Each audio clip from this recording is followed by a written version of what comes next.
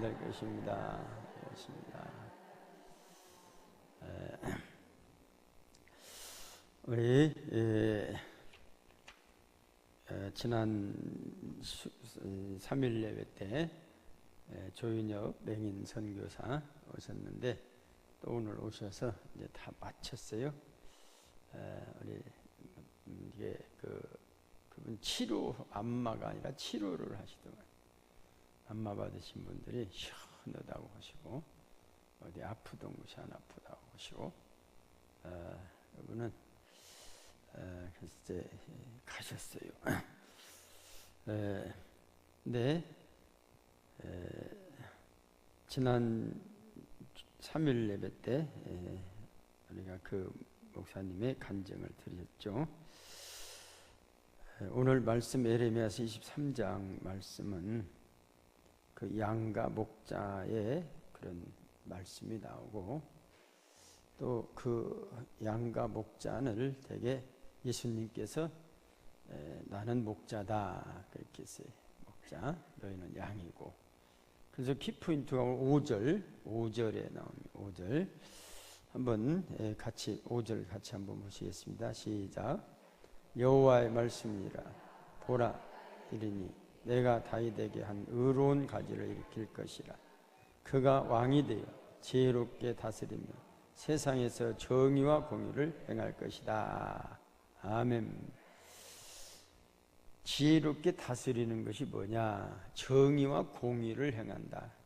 그러면 그 앞절에 쭉 보면 다 흩었는데 그들이 정의로 공의로 다스리지 못했다. 그래서 심판을 받았다고 하는 내용들이 앞절에 쭉 나오죠. 이 성경에는 많은 인물들이 있어요. 누가 시험봤더니 뭐 3만 명인가 나온다 그래요. 근데 많은 인물들이 나오는데 그 뛰어난 지도자에 대한 이야기가 많이 소개되고 있죠.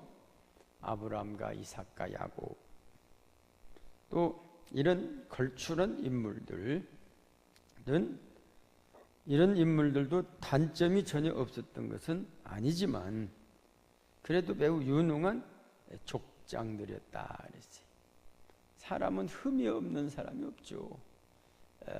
그러나 하나님께서 그에게 맡겨주신 그런 사명을 잘 감당케 할 때, 잘 감당할 때 하나님이 칭찬하신다. 흠이 없어서 칭찬하는 것이 아니고 맡겨주신 일을 잘 감당하니까 칭찬한다. 그리고 족장들뿐만 아니라 또 요셉은 남의 나라에 가서 그 지도력을 발휘했어요. 애굽의 총리가 됐죠. 근데 또 그 후에 출애굽의 위대한 영도자 모세가 나타났어요. 등장합니다. 그리고 그 후계자 여호수아가 나와요. 그러니까 이런 아주 걸출한 인물들이 계속 이렇게 나와서 성경에 기록되어 있는 것을 봅니다. 그래서 여호수아는 출애굽한 그런 히브리 노예들로 하여금 약속의 땅 가나안에 정착할 수 있게 했습니다. 그리고 가나안에 정착한 후에도 어려움에 처할 때마다 나름대로 위대한 지도자들이 나타나게 됐다. 그러나 그렇게 많은 지도자들이 있었음에도 이스라엘의 진짜 왕은 누구였냐? 보면 오직 하나님이 진짜 왕이었다. 믿습니까? 하나님이 진짜 왕이셨다고 하는 것이 이제 성경을 살펴보면 이렇게 나오게 되죠. 그래서 모든 그 왕들이 통치를 하지만 그 뒤 배경에는 하나님이 역사하셨다. 예를 들어서 족장, 아브라함하고 이야기했죠. 족장도 하나님께서 떠나라 그러셨어요. 왕이. 또 모세는 눈에 보이게 전적으로 하나님께서 지시를 하셨다고 봐요. 내가 어떻게 바로 왕에게 갑니까? 나 같은 사람이 아니다. 내가 보낸다. 왕이 있다. 그리고 요셉도 마찬가지죠. 요셉도 하나님께서 꿈을 해석할 수 있는 지혜를 주셔서, 그러니까 이 모든 배경에 그 뒤에는 왕이 하나님이셨다라고 하는 것이 이스라엘 백성들의 그 흐름이고, 또 우리 성경의 흐름이고, 우리의 믿음의 중심이 모든 일은 하나님이 하신다 하는 거예요. 모든 일은 인간이 하는 것 같아도 모든 일은 하나님이 하신다. 있습니까? 그래서 하나님의 일을 방해하는 사람은 오늘 이제 이쪽 보면 진멸하시라도 내리치서라도 제거하면서까지도 하나님은 일을 이루어 가신다고 하는 거예요. 사사기.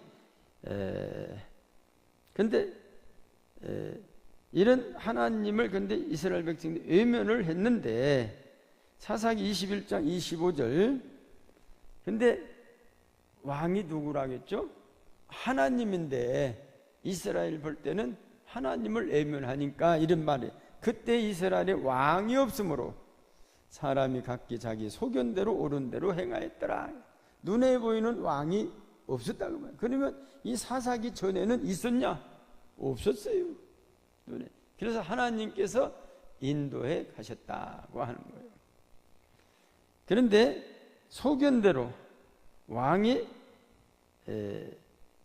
없었던 것은 하나님을 외면하였기 때문이라 그랬어요. 사무엘 선지자, 아주 유명한 선지자죠. 이스라엘 백성 사무엘. 그런데 사무엘은 굉장히 그 유명한 선지자. 유명하다는 건 뭡니까? 하나님이 함께 하시는 것이 눈에 보인다 그 말이요. 하나님이 함께 하시는 것이 눈에 보여서 하나님께서 사무엘을 통해서 왕을 달란 게 가서 기름을 부어라. 그렇게 해서 기름을 붓고, 또 이 사울 왕이 안 되니까 다시 가서 기름을 부어다 가지고 이세 아들 누구에게 또 기름을 부어요? 사무엘 선지자가 다윗에게 기름을 부었어요. 근데 다윗이 기름을 부음 받은 바로 왕이 된 것이 아니에요. 얼마나 힘이 들었습니까? 기름 부음 받은 것 때문에 왕이 더 힘들게 살았어요. 왜냐하면 사울 왕이 저것만 죽이면, 다윗만 제거하면 내가 편히 살 텐데, 이런 생각을 가지고. 그래서 이제 다윗도 어려웠는데, 이런 선지자 사무엘이 잘했는데 그 아들들에게 요즘 말하면 세습 문제가 나오죠. 세습을, 옛날에는 다 세습을 했죠. 제사장 아들이, 하나님께서 네 족속에게 제사장을 주라, 그게 다 세습이에요. 예, 성경에는 전부 세습. 네 지파만 제사장을 하게 됐어요. 그러니까 사무엘도 그 아들에게 이제 그 대를 이었는데, 근데 이 아들들이 말이요, 잘 하면 좋은데 아주 하나님 보시기에 참 안 좋게 백성들에게 뇌물이나 받고 판결을 하는데 굽게 판결했다. 요즘 우리나라에 계속 뭐 대법원장 판결이 그냥 뉴스만 나오면 그냥 대법원장 나오지 않습니까? 왜냐하면 그건 왜 그냥 뇌물 받고 또 권력자의 눈치를 보고 판결했다 그 말이요. 이게 대법원장 무엇을 놓고 판결해요?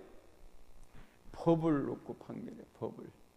그러니까 하나님 앞에서도 뭘 보고 살해하냐면 하나님이 주신 율법을 놓고 살해하는데, 이들이 뇌물을 받고 판결을 굽게 했다. 뇌물 받은 것도 문제지만은 판결을 삐뚤게 한 것이 이게 문제가 됐어요. 그래서 백성들이 막 아우성을 칩니다. 그래서 이제는 우리에게도 왕을 세우더라 그랬어요. 그래서 왕을 세워두려고 했기 때문에 하나님 앞에 하도 부르짖으니까 하나님께서 세워주라, 너희들 왕을 세워주라. 왕 세우면 저들이 오히려 더 힘들게 살겠지만은 저들이 저렇게 원하니까 왕을 세워주라. 그 말씀이 사무엘상 8장 11절 이하의 말씀에 나오죠. 그래서 이르되 너희를 다스릴 왕의 제도는 이러하니라. 그가 너희 아들들을 데려다가 그의 번거와 말을 어거하게 하리니 그들이 그 번거 앞에서 달릴 것이며. 그러니까 왕을 세우면 한마디로 네 아들들이 요즘 말하면 군대 가야 한다 그 말이에요. 군인. 나라를 지키려고 각 나라들이 군인들이 있죠. 무기들이 있어. 무기 장사들이 아주 장사들을 많이 한다. 무기를 또 사고 또 사고 날마다 해마다 사서 그 무기 다 얻다 놨는가 모르겠어요. 또 사고 또 사고. 요즘 북한 오고 중계 핵을 없애라 그러는데 핵을 없이다. 근데 지금은 미국에는 핵을 지금 다 2,000개나 갖고 있대야. 주들은 하나도 안 없으면서 북한 보고 뭐 핵을 없이. 이 말입니다. 중국도 옆에 핵이 많이, 러시아도 핵이 많이, 다 핵이 많이. 그 미국이 핵이 제일로 많이. 근데 미국이 저들은 그렇게 많으면서 북한은 다 없이라고요. 이게 어떻게 보면 이게 이 세계도 힘이 없으니까 울며 겨자 먹기식이에요. 이 김정은이가 북한에서 지난번 문재인 대통령에게 생중계를 했죠. 평양거리. 제가 옛날에 평양을 2000 몇 년도인가 15년 전인가 갔다 온 것 같아요. 평양을. 그때는 평양거리가 그렇게 안 생겼어요. 그때 평양거리를 가니까 11월 달에 갔는데 평양거리가 그렇게 빌딩은 높은 아파트들. 근데 창문이 없어요. 그 겨울에 돈이 없어갖고. 그리고 제가 우리가 가서 살던 이게 숙소를 줬는데 그 호텔이 양각도 호텔이라고 그 평양에서 두 번째 큰 호텔이대요. 유명한 호텔. 하지만 우리 같은 무궁화 5개짜리. 그래갖고 참 북한에서 본 게 방은 크고 좋아. 내가 딱 벗고 잠옷 입고 샤워를 하려고 했더니 물이 안 나오네. 그 아래로 내려가서 오다 본 게 1층에 사우나실이 있어. 그분 사우나 하려고 했더니 물이 없어. 근데 북한은 이 통역이 필요해요? 안 필요해요? 안 필요해요. 아니 아저씨 그 왜 사우나 물이 안 나옵니까? 했더니 우리 기름이 없어서 못 됐어요.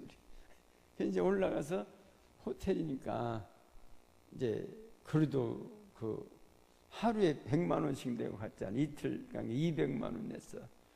하루 생활하는데 평양에서 100만 원 갖고 그래. 그때는. 그러니까 우리 전국 남선교연합에서 선교 차원에서 200만 원 갖고 가자 해갖고 가져간 거예요. 가져갔는데 그래가지고 그걸 이렇게 호텔 가니까 잠옷을 입고 잘 나오는 거 어찌 추워. 계속 주세요. 히터가 안 나와. 히터가 계속 죽어 있는데 겉은 뭡니까? 옛날 뭐 토수칸인가 겨울에 좀 무엇인가 그걸 입고 갔는데 그것까지 다 입고 잤어. 이게 다 주워 입고도 추워. 기름이 없어요. 그렇게 가난해요. 아파트에 창문이 없어요. 그래서 이게 물어봤더니 고위 관리들은 유리창으로 창문을 만들어 살고 그 다음에 중간 단에는 비닐을 쳐서 달고 아파트. 그 다음에 가는 사람은 신문을 갖다가 이렇게 유리창에다 붙이고 산다는 거예요. 그걸 지나가다가 유리창 있는 데는 고위 관리들이요. 그 사람들은 돈이 좀 있어요. 그 다음에 비닐을 치고 사는 사람들은 뭐 층층이 아니라 이건 비닐로 친 데 유리 친 데 이렇게 있죠. 중산층 그 중에 신문 깔고 하는 데는 이게 가난한 사람들이 사는 거예요. 아파트에 신문지에 다 신문. 예, 그러고 사는 거예요. 북한이 이렇게 못 살았어요. 그냥 얼마나 불쌍합니까? 우리 동포들인데 평양이 그러는데 다른 데는 어떻게 하겠어요? 그런데 이번에 보니까 평양이 자랑스럽게 생중계 가면서 보니까 다 유리창 다 달렸어요. 그러니까 김정은이가 젊은 사람의 개혁을 젊은 사람. 저도 우리 교회 젊어서 왔기 때문에 교회를 진 것 같아요. 젊은 사람이 왔는데 김정은이가 경제 성장을 해갖고 33%가 경제 성장, 북한 33%. 그래서 굶어 죽는 사람이 없었대요.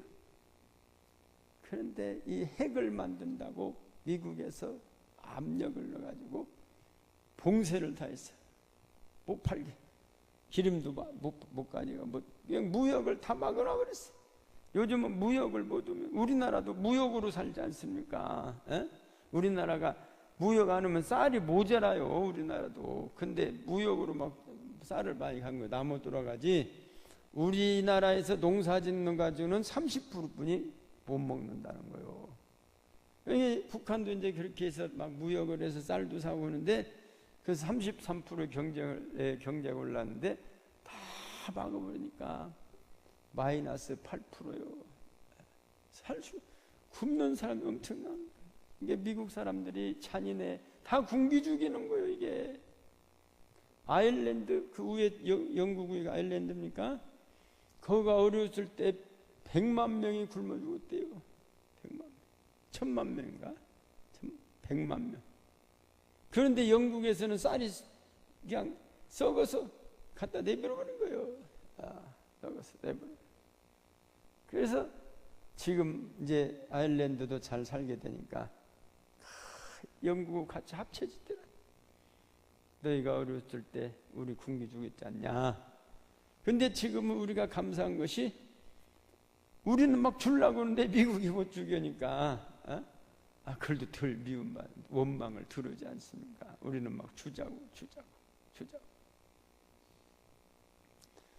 그래서 이명박 대통령, 박근혜 대통령 때 자녀에게 쌀을 못 주게하는 거예요. 쌀을. 둘이 저렇게 감옥에 가서 있잖아요. 둘이 만나게 해야 할 것 같아. 감옥에서. 근데 지금 그 당을 대통령 낸 당이 지금 한국당이죠. 한국당의 전원책이라고는 변호사가 이름이 전원책이요. 전원책이라는 변호사가 조선 TV에 무슨 거의 무슨 해설자 아주 들으면 그 사람이 나와. 같이 박근혜를 찬양하고 이명박을 찬양한 사람이 그 사람이야. 그게 전원책 변호사가 한국당에 엊그저께 가서 다 칼을 줬어. 다 네가 말해봐라. 오늘 신문 봤더니 재밌어. 경향신문 봤더니 전원책 그분이 하는 말이 한국당이 이렇게 된 것은 박근혜 전 대통령이 그 뿌리 때문에 이렇게 됐다. 박근혜를 아주 죽일 대통령으로 해버렸더라고. 참 세상에 그래요. 그렇게 나팔 불던 사람이 이제 박근혜 때문에 이렇게 됐다 그 말이요. 이제 박근혜 때문에 자기들이 이제 박근혜를 막 짓밟아버리는 거예요. 세상에 그러더라고요. 그런데 이 사무엘에게 왕을 달라고 하니까 하나님께서 주라 그랬어. 줬는데 그 왕이 되게 되면 너희들이 더 힘들게 산다 그 말이에요. 오늘 15절에도 보니까 그가 또 너희의 곡식과 포도원 소산의 11조를 거두어 자기의 관리와 신하에게 줄 것이요. 원래는 11조는 누구한테 줘야 하냐면 네 자손들에게 갖다 줘야 11조를. 그런데 왕을 세우니까 그들의 관리들이 다 가져간다 그거예요. 관리들이. 그리고 17절 보니까 너희 양떼 10분의 1을 거두어 가리니 너희가 그의 종이 될 것이다. 이렇게도 너희가 왕을 원하느냐 그 말이요. 이렇게 너희가 왕을 세우면 이렇게 될 텐데 그래도 왕을 원하면 왕을 세워라 그랬어요. 그래서 왕을 세운 거 아니겠습니까? 그래서 그 첫 왕이 바로 사울 왕이라고는 왕이었습니다. 나중에 후회해도 소용이 없을 것이라고 경고했지만 백성들은 막무가내로 때를 썼습니다. 참으로 어리석은 일이 아닐 수 없었습니다. 이스라엘 백성들이 메시아를 기다렸던 것처럼 오늘 우리도 누군가를 간절히 기다리고 있습니다. 궁극적으로 이 땅에 평화를 가져올 지도자를 기다리게 하고 기도하게 하신다는 겁니다. 이방 나라의 고레스 왕을 통해서 바벨론 포로를 해방시킬 뿐 아니라 가서 너희 성전을 수축하라고 하는, 이것이 꿈인가 생신가, 그런 칙령을 내려서 다 가서 해방됐어. 가서 성전을 수축하고, 우리가 뭔 돈이 있습니까? 그러니까 고레스가 돈 다 대줘라. 돈까지 대줘서 이방 나라의 그 왕이 이스라엘 백성들의 성전을 수축해 주지 않습니까? 아무리 생각해도 이게 꿈인가 생신가 그죠. 하나님이 왕이시기 때문에 그런 줄 믿습니다. 하나님이 왕이시. 이게 우리나라도 이제 평화스러운 나라가 되기 위해서 북한에 안 믿는 지도자를 택해가지고 그 북한 안 믿잖아요. 무신론. 근데 이 북한 김정은이는 중학교 고등학교를 우리 장로교 만든 칼빈에 태어난 제네바에서 공부를 했어요. 이 사람이 그 기독교 국가, 기독교 도시에서 이게 공부를 한 사람이, 이 사람이. 그러니까 문화가 다 기독교 문화예요. 그러니까 기독교 물이 다 배어 있어, 그 사람이. 그러니까 하나님께 갖다 왕을 세우면 그 사람을 통해서 북한에 복음이 들어갈 가능성이 지금 보인다는 거예요. 지금 문재인 대통령한테 교황 오면 열렬히 환영하겠다 초청을 했어. 그러면 교황을 갖다 주면 교황이 북한에 가면 기독교인들 핍박을 못 할 거 아니에요. 금방 가는 것이 아니라 매달 달 내년 봄에 간다 이렇게 되면 기독교인들 어떻게 핍박을 하겠어요? 열렬히 환영하니까 교회 없던 교회도 다 세워놓아야지 지금. 그러지 않아요. 천주교나 기독교나 이 기독교는 다 십자가 달렸으니까 천주 없던 천주교도 다 세워놓아야 할 거 아니에요 지금. 그래서 우리 민족에게 고레스와 같이 이방의 왕을 통해서 복음이 북한에 전해질 수 있다 믿습니까? 왜? 하나님이 왕이시기 때문에 그래요. 그래서 때가 이르면 의로운 가지를 일으킨다는 거예요. 선지자 에레미야가 선포한 하나님의 말씀입니다. 그가 말하는 한 의로운 가지란 과연 뭐냐? 그분이 바로 메시아라고 하는 것이죠. 왜 이런 왕을 다시 세우겠다고 했는가 하나님께서. 왜냐하면 다윗에게는 영원한 왕을 끊어지지 않겠다는데 끊었어요. 사무엘하 7장 16절에 보면 같이 보실까요? 시작. 내 집과 내 나라가 내 앞에서 영원히 보존되고 내 왕위가 영원히 견고하리라 하셨다. 영원히 견고하리라 했는데 하나님이 심판을 하셨어요. 에레미야서 22장 30절 한번 보실까요? 여호와께서 이와 같이 말씀하시니라. 너희는 이 사람이 자식이 없겠고 그의 평생 동안 형통하지 못할 자라 기록하라. 이는 그의 자손 중 형통하여 다윗의 왕위에 앉아 유다를 다스릴 사람이 다시는 없을 것이야. 왕이 끊어져 버렸어요. 그럼 하나님의 약속이 없어져 버렸냐? 아니요. 그래서 오늘 말씀에 의로운 가지를 다시 보내라 한 약속을 하시게 된 것입니다. 오늘 23장 1절에 보면 내 목장의 양떼를 멸하며 흩어지게 하는 목자에게는 화 있다. 그렇다면 이와 같이 무서운 저주와 심판 아래 놓인 왕들은 도대체 어떤 왕들입니까? 왜 하나님의 심판을 받아야 한다는 것입니까? 그들은 하나님의 눈밖에 났기 때문이다. 그 눈밖에 난 것이 뭐냐? 하나님의 하나님과 맺은 언약을 깨트려 버렸어요. 하나님께서는 유다 왕실을 백성들의 지도자로 세워주셨죠. 언약을 맺었어요. 그런데 이 언약을 깨버려. 그 권력을 주었더니 그 권력을 통해서 하나님께 순종해야 하는데 하나님께 등 돌려버렸다는 것입니다. 그러니까 왕을 세움으로 그 다윗에게 했던 왕위가 이제 계속 이게 유지가 되었는데 왕들이 권력을 가지고 부패해가 됐다고 하는 거예요. 우리나라 왕들도 대통령들도 그냥 뭐 전두환, 노태우, 무슨 이명박, 무슨 뭐 박근혜 얼마나 이게 뭘 많이 먹었다고 많이 가져갔다고 다 하지 않습니까? 그러니까 그래서 하나님께서 에레미야 22장 3절 한번 같이 볼까요? 시작. 여호와께서 이같이 말씀하시 너희가 정의와 공의를 행하여 탈취당한 자를 압박하는 자의 손에서 건지고 이방인과 고아와 가부를 압제하거나 학대하지 말며 이곳에서 무지한 피를 흘리지 말라 그랬어요. 그러니까 새로운 의로운 가지가 오면 정의와 공의를 행하게 하겠다는, 그러니까 정의와 공의를 행하지 않았기 때문에 진노를 당했다고 하는 것입니다. 하나님의 심판은 정의와 공의로 행하기 때문이죠.